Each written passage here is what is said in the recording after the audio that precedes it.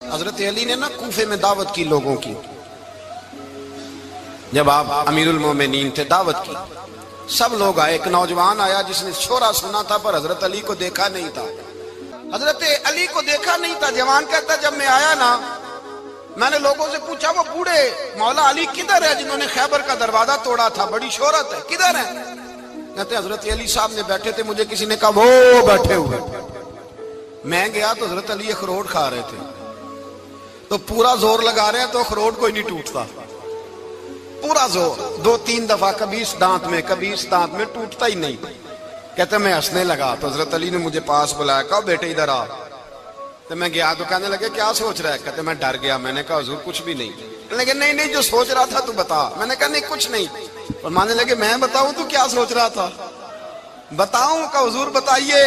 آپ فرمانے لگے تو سوچ رہا تھا بابے سے اخروٹ تو ٹوٹتا نہیں، خیبر کیسے توڑ دیا تھا؟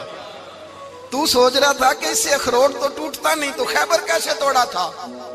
فرماتے ہیں میں نے کہا میں یہی سوچ رہا تھا۔ یہ جب عرض کیا نا تو فرماتے ہیں شیر خدا کا رنگ ہی بدل گیا، پہلے مسکرا رہے تھے پھر انداز بدل گیا۔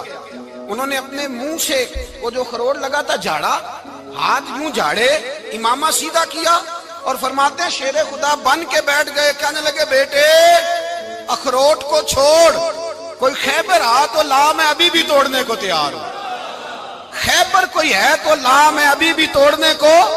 دیواریں ہلتی رہتی ہیں اور در کانپ جاتا ہے، علی کا نام سن کے اب بھی خیبر کانپ جاتا ہے، تو میں تو اس کو چھوڑ اخروٹ کو تو لا۔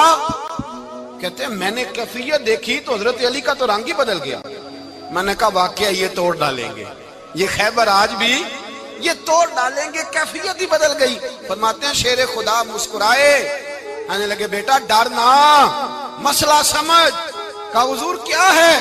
آپ فرمانے لگے اخروٹ میں جسم کی قوت سے توڑ رہا ہوں اور خیبر میں نے اپنے ایمان کی قوت سے توڑا تھا۔